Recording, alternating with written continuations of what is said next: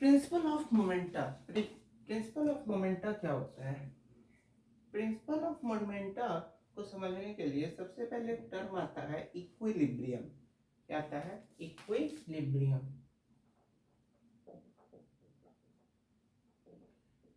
Equilibrium क्या होता है? कोई भी अगर ऑब्जेक्ट स्थिर है यानी रेस्ट में है, मतलब उस पर कोई भी फोर्स एक्ट नहीं कर रहा है, तो वो इक्विलिब्रियम में है। वो इक्विलिब्रियम में है। वहीं रोटेशनल इक्विलिब्रियम क्या होता है? रोटेशनल इक्विलिब्रियम होता है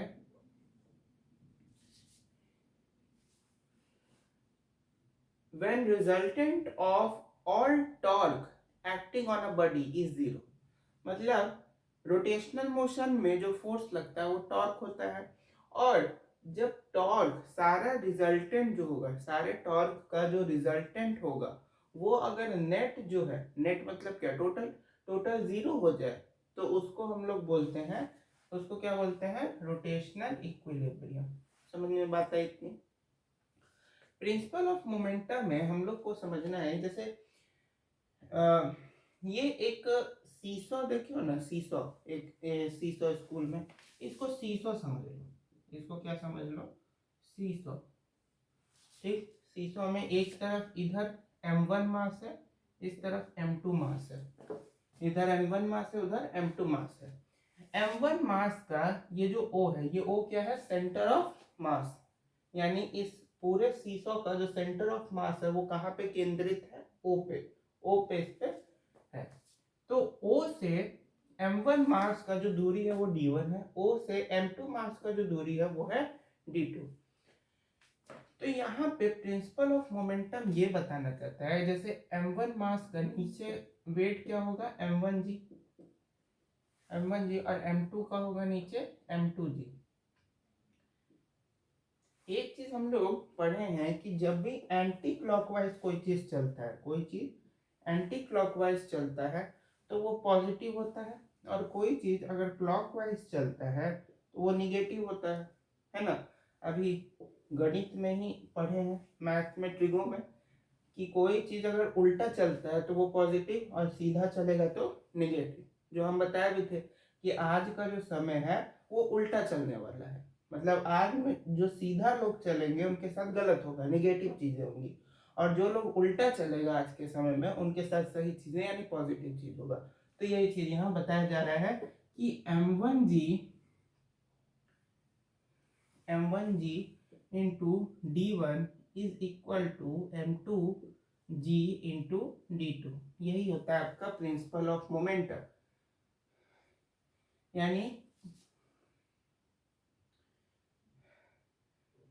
total the balanced weight on both side of the seesaw या कोई भी चीज, यानी इधर जितना वेट होगा ना उतना ही वेट इस तरफ भी होगा।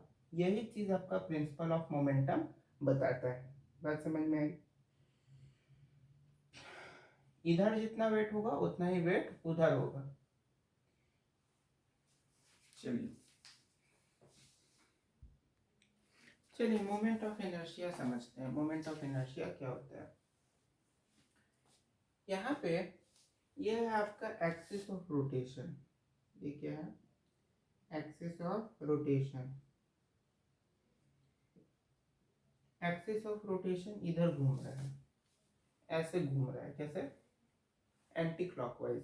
एंटी क्लॉकवाइज घूम रहा है, तो एंटी क्लॉकवाइज घूम रहा है तो पॉजिटिव होगा कि निगेटिव? पॉजिटिव। तो ये एक बॉडी है, इस बॉडी में जैसे बहुत सारे पार्टिकल्स होंगे, तो हम कुछ पार्टिकल्स को एज्यूम किए हैं, जैसे एक पार्टिकल जिसका मास m1 है, एक पार्टिकल जिसका मास m2 है, एक का m3, एक का m4, और वैसे ही दो एक्स्ट्रा में है mn और mi। ठीक, m1 का एक्सिस ऑफ रोटेशन से दूरी है r1, mi का एक्सिस ऑफ रोटेशन से दूरी है ri, m4 का एक्सिस ऑफ रोटेशन से दूरी है r4, वैसे ही m2 का r2, mn का rn और m3 का r3। समझ में बात आई? मोमेंट ऑफ इनर्शिया को हम लोग कैपिटल I से डिनोट करते हैं। मोमेंट ऑफ इनर्शिया ये बोलता है कि mass of constituent product of mass of constituent particles and square of the distance between them from the axis of rotation and sum of all them.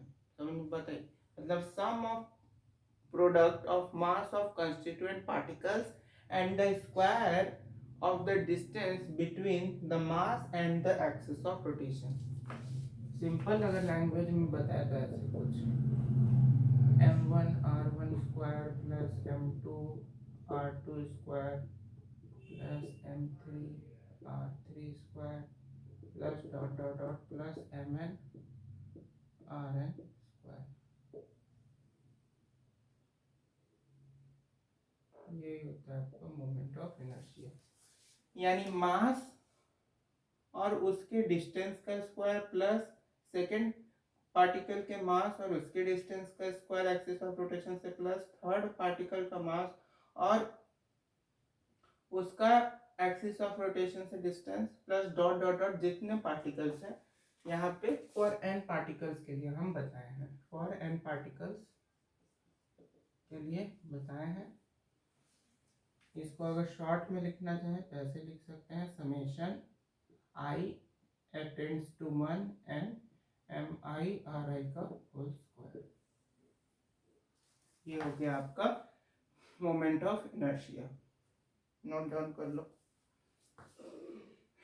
इसके बाद एक टर्म आता है radius of gyration, radius of gyration जिसको कि हम लोग के से डिनोट करते हैं। ये क्या होता है देखो, देखिए रेडियस ऑफ गाइरेशन को ऐसे समझिए, नया लिख दे, रेडियस ऑफ गाइरेशन नाम भी अच्छा खासा रहता है जिसको कि के से डिनोट किया जाता है। रेडियस ऑफ गाइरेशन जैसे ये आपका एक्सिस ऑफ रोटेशन होगा ना, ये आपका एक्सिस ऑफ रोटेशन है। डिस्टेंस पहले सुन लो क्या होता है, distance of the point from axis of rotation where if whole mass of the body is concentrated, where if whole mass of the body is concentrated, the moment of inertia would be same as the moment of inertia of actual distribution of masses। मतलब यहाँ पे जितना इस particle का यहाँ पे जितना moment of inertia, मतलब इसको ऐसे समझो कि जैसे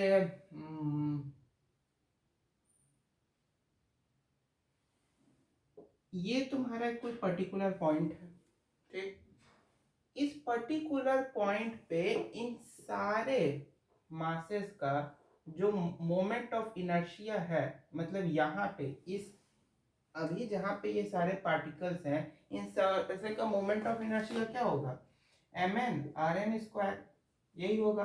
यानी m1 r1 स्क्वायर, m1 का पहले पार्टिकल का क्या होगा m1 r1 स्क्वायर, दूसरे का m2 r2 स्क्वायर। तो वो पॉइंट जहाँ पे इन सारे पार्टिकल्स का मोमेंट ऑफ इनर्शिया यहाँ पे जितना है उतना ही यहाँ पे आ जाए। मतलब जैसे अगर पार्टिकल 1 का यहाँ पे moment of inertia m1 r1 square है तो यहाँ पे भी m1 r1 स्क्वायर ही रहेगा। यहाँ पे m2 पार्टिकल का m2 r2 स्क्वायर है मोमेंट ऑफ इनर्शिया, तो यहाँ पे m2 r2 स्क्वायर ही रहे। और यही जो पर्टिकुलर पॉइंट होता है, इस पर्टिकुलर पॉइंट से उस पार्टिकल का जो ये डिस्टेंस होता है, ये जो डिस्टेंस होता है, इसी डिस्टेंस को हम लोग रेडियस ऑफ गाइरेशन बोलते हैं। समझ में बात आई, मतलब वो पर्टिकुलर पॉइंट जहाँ पे मोमेंट ऑफ इनर्शिया सेम रहेगा आफ्टर बिफोर, जैसे पहले जब पार्टिकल्स को डिस्ट्रीब्यूट किया गया तो उस समय उनका जो मोमेंट ऑफ इनर्शिया उस पॉइंट पे जो था वही सेम मोमेंट ऑफ इनर्शिया उस पर्टिकुलर पॉइंट पे ही भी रहेगा। और उस पर्टिकुलर पॉइंट से उन पार्टिकल का जो दूरी होता है उसको हम लोग रेडियस ऑफ गाइरेशन बोलते हैं। बात समझ में आई? तो रेडियस ऑफ गाइरेशन सिंपल होता है, रेडियस ऑफ गायरेशन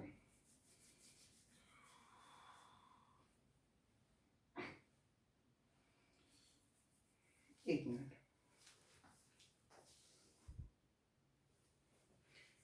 अच्छा रेडियस ऑफ गायरेशन का फॉर्मूला को डिराइव करने से पहले एक बात बताओ, यहाँ पे जितने भी पार्टिकल्स हैं इन सारे का मास तो सेम होगा। जैसे अगर मानते हैं जैसे एल्यूमिनियम, एल्यूमिनियम का अगर कोई बॉक्स होता है या कोई भी एलिमेंट होता है तो उस एलिमेंट में उसी के पार्टिकल्स होंगे और उसके जो पार्टिकल्स होंगे इनका मास जो होगा वो सेम होगा सारे पार्टिकल्स का।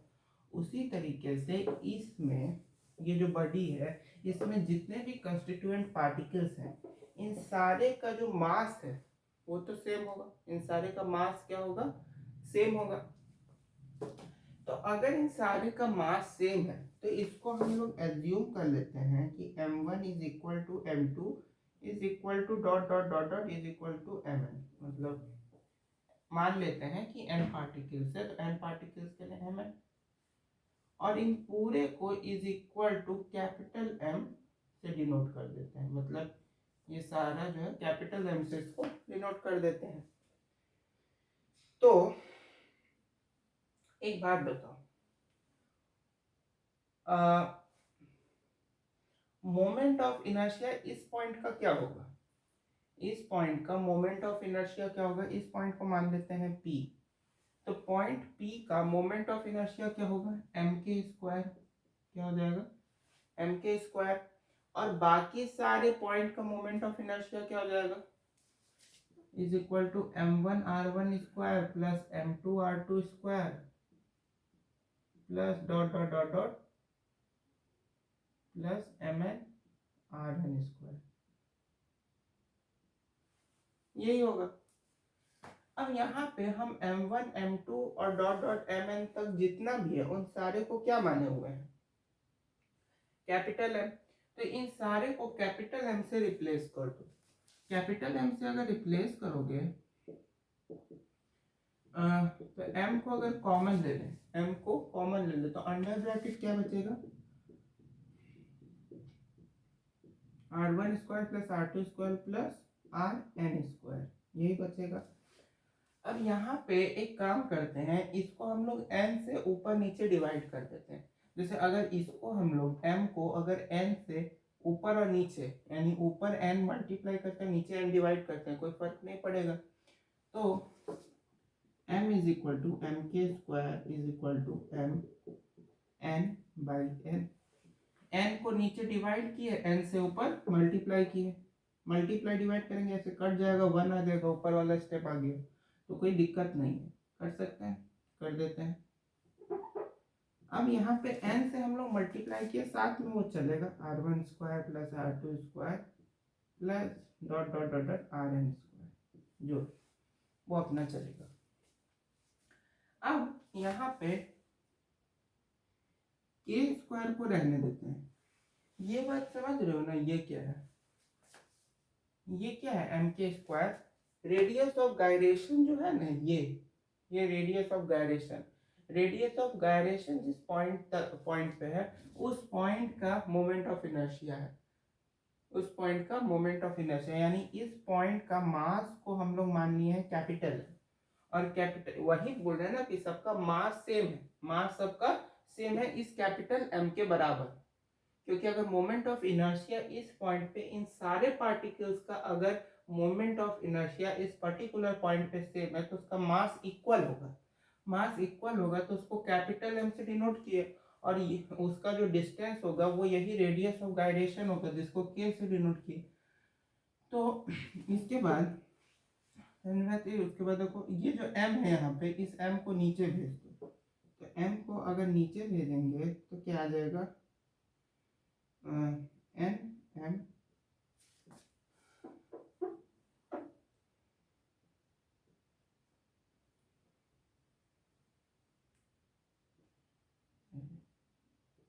r1 square plus r2 square plus rn square dot dot dot dot rn square.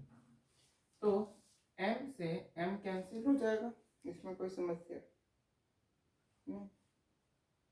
m से m कैंसिल हो गया, और यहाँ पे k square is equal to क्या हुआ, r1 square plus r2 square plus dot dot rn square by n, और इस पे होल रूट, यानी as it is moment of inertia, ये होता है तुम्हारा रेडियस ऑफ गायरेशन, यानी सारे जितने भी मास हैं उन सारे पर्टिकुलर मास के रेडियस का सम और डिवाइडेड बाय जितने n नंबर ऑफ रेडियस हैं उनका मल्टीप्लाई डिवाइड, वही होता है तुम्हारा वही होता है आपका रेडियस ऑफ गायरेशन। यहाँ पे रूट जो होता है ना वो स्क्वायर डिस्टेंस को रिप्रेजेंट कर रहा है, क्योंकि इनका जो डिस्टेंस होता है मोमेंट ऑफ इनर्शिया में जो डिस्टेंस है उसका स्क्वायर लेता है, उस स्क्वायर को यहाँ पे रूट क्या करता है, रिप्रेजेंट करता है। तो ये था आपका रेडियस ऑफ गायरेशन, नोट कर लो।